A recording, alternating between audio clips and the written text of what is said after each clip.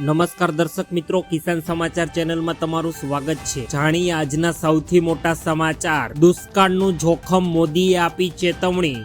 વિનાશકારી યુદ્ધ હવે શું થશે? ખેડૂતોની આવક ડબલના બદલે અડધી થઈ। વરસાદ અને ચોમાસું હવે ગુજરાતને નજદીક। છેલ્લા મહિનામાં વધી મોંઘવારી। પેટ્રોલ અને ડીઝલના નવા નિયમો લાગુ। ગુજરાતમાં કોરોના, તંત્ર થયું હાઈ એલર્ટ। ગેસ સિલિન્ડરને લઈને નવી જાહેરાત સામે આવી। ત્યારબાદ યુદ્ધની અસરથી સોના ચાંદીના ભાવમાં તેજી। આ તમામ અગત્યપૂર્ણ અને મહત્વપૂર્ણ સમાચાર જાણીએ તે પહેલા મિત્રો, જો કિસાન સમાચાર ચેનલમાં તમે નવા છો તો ગુજરાતના ખેડૂતોની આ કિસાન સમાચાર ચેનલને જરૂરથી સબસ્ક્રાઇબ કરી વિડીયોને એક લાઈક કરી દેજો। આજના સૌથી મોટા સમાચાર। સમગ્ર ગુજરાત સાથે દેશમાં દુષ્કાળનું જોખમ। ખુદ નરેન્દ્ર મોદીએ પણ આપી ચેતવણી।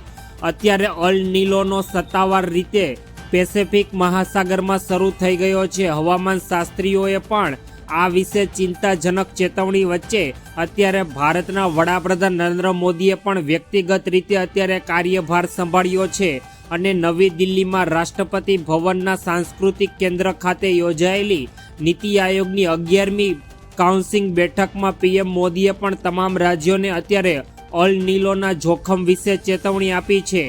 અલ નીલો વિશે આપણે આગળ વધુમાં ચર્ચા કરીએ તો અલ નીલો આવે ત્યારે કોઈ પણ રાજ્યમાં સરેરાશ જેટલો વરસાદ થતો હોય તેનાથી પણ ઓછો વરસાદ થાય છે, એટલે કે દુષ્કાળ જેવી પરિસ્થિતિ સર્જાય છે। તેને સામાન્ય ભાષામાં અલ નીલો કહે છે। હવામાન શાસ્ત્રીઓના મતે અલ નીલોના સક્રિય થવાથી ભારતના ઘણા ભાગોમાં સામાન્ય કરતાં ઓછો વરસાદ થવાની સંભાવના છે અને દેશમાં લાંબા સમય સુધી દુષ્કાળ પડી શકે છે અને વરસાદની પેટર્નમાં પણ વિક્ષેપ પડે છે। આપણા દેશમાં ખેતી ચોમાસા ઉપર ખૂબ જ આધાર રાખે છે, તેથી વરસાદ પાકને ખૂબ જ નુકસાન પહોંચાડી શકે છે। વધુમાં દેશના બંધ તળાવ અને ભૂગર્ભજળને પણ અત્યારે સીધી અસર પડશે। ત્યારબાદના અગત્યપૂર્ણ સમાચાર। વિનાશકારી યુદ્ધ હવે આગળ શું થશે? અત્યારે ડોનાલ્ડ ટ્રમ્પ દ્વારા અમેરિકા અને ઇઝરાયલની ઈરાન સાથે આંતરિક બાબતોમાં દખલ કરશે નહીં અને તેની સાર્વભૌમત્વનું સન્માન કરશે। વધુમાં અમેરિકાએ 30 દિવસની અંદર નૌકાદળ નાકાબંધી હટાવવી પડશે અને ઈરાનની આસપાસ તેઓની લશ્કરી હાજરી ઘટાડવી પડશે। મહેર ન્યૂઝ એજન્સીએ ઈરાનની વાટાઘાટાના ટીમને નજદીકના સ્ત્રોતોને ટાંકીને આ માહિતી આપી છે। જોકે આ શરતો હજુ સુધી ઈરાન કે અમેરિકા દ્વારા સત્તાવાર રીતે પુષ્ટિ કરવામાં આવી નથી। તેલ પ્રતિબંધોનું સસ્પેન્સ। વધુમાં ઈરાની તેલ પર અત્યારે યુએસ પ્રતિબંધો પણ હટાવવા અથવા સસ્પેન્ડ કરવાનો પ્રસ્તાવ છે। રિપોર્ટ્સ અનુસાર અમેરિકા અને તેના સાથી દળોએ ઈરાનના પુનઃનિર્માણ માટે ઓછામાં ઓછા 300 બિલિયન યોજના આપવા પડશે। પરમાણુ કાર્યક્રમ અને તમામ આર્થિક પ્રતિબંધ હટાવવા સંબંધિત મુદ્દાઓ પર અંતિમ કરાર પર પહોંચવા માટે બંને દેશોએ 60 દિવસની અંદર વાટાઘાટો કરશે। ત્યારબાદના અગત્યપૂર્ણ સમાચાર। ખેડૂતોની આવક ડબલને બદલે અડધી।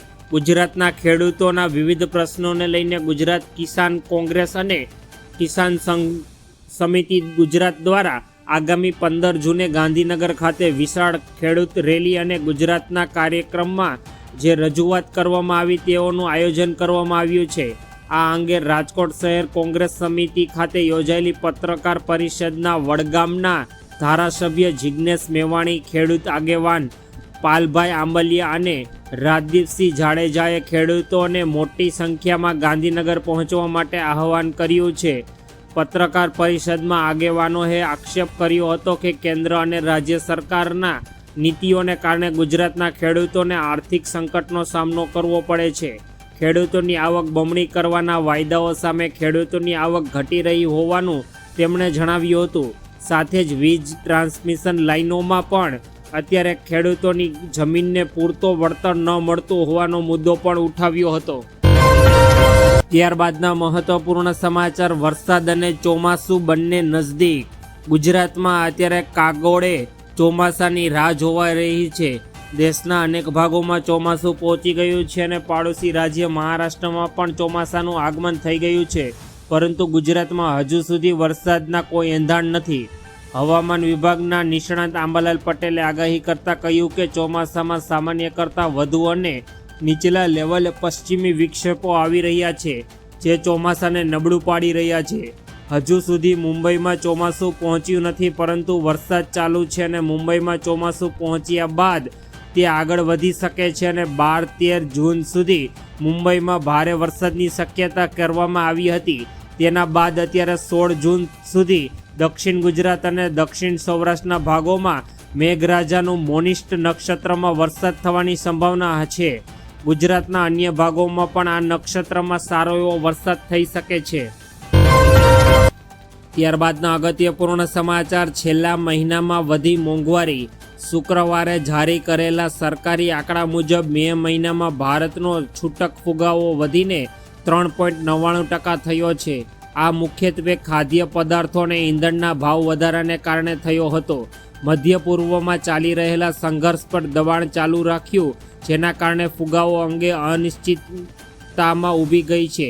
મે મહિનામાં આંકડો 4%ના અંદાજ કરતાં થોડો ઓછો હતો અને મધ્યસ્થ બેંકના મધ્યગાળાના ફુગાવાના લક્ષ્યને નજદીક રાખીને અત્યારે છેલ્લા 1 મહિનાની અંદર ભારતમાં પેટ્રોલ ડીઝલના ભાવ વધવાને કારણે તમામ ખાદ્ય ચીજવસ્તુઓથી માંડીને તમામ રોજિંદી ચીજવસ્તુઓના ભાવમાં વધારો થયો છે અને અત્યારે સામાન્ય માણસોના ખિસ્સા ઉપર બોજ વધી ગયો છે.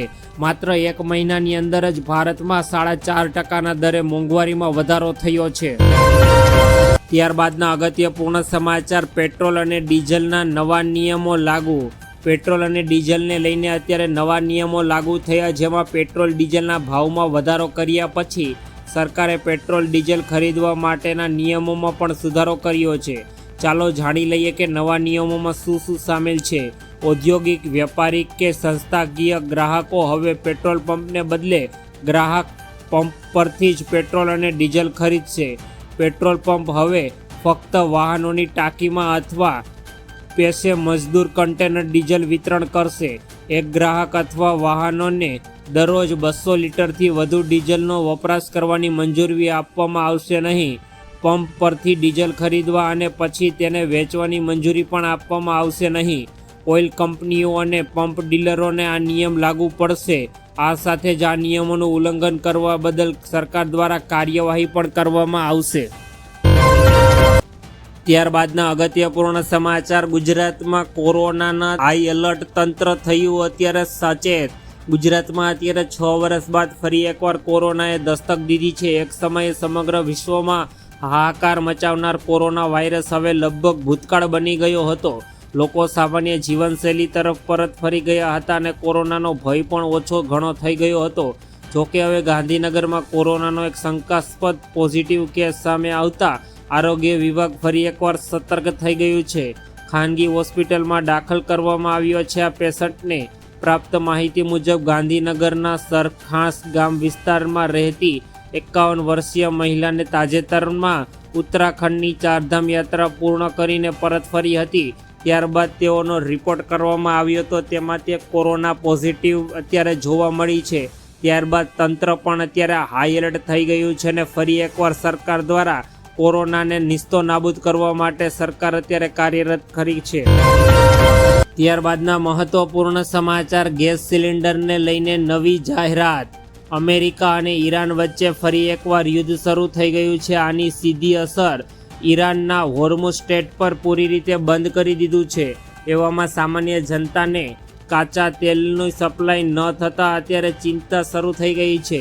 જોકે સરકાર દ્વારા માહિતી આપવામાં આવી છે કે કોઈએ પણ ગભરાવાની જરૂર નથી. પર્યાપ્ત માત્રામાં ભંડાર અત્યારે સરકાર પાસે ઉપલબ્ધ છે. પરંતુ આગામી સમયમાં કાચા તેલ અને પેટ્રોલના ભાવમાં શું ફેરફાર થશે તે અંગે અત્યારે કોઈ પણ પ્રકારની સ્પષ્ટતા કરવામાં આવી નથી. સરકાર દ્વારા પેટ્રોલ અને ડીઝલના ભાવની સાથે અત્યારે ગેસ સિલિન્ડરના ભાવને લઈને પણ સરકાર દ્વારા અત્યારે વધારો કરવામાં આવ્યો છે અને સરકાર અત્યારે પેટ્રોલ ડીઝલની સાથે એલપીજી ગેસ સિલિન્ડરની વાપરવામાં પણ મર્યાદા મૂકી દીધી છે.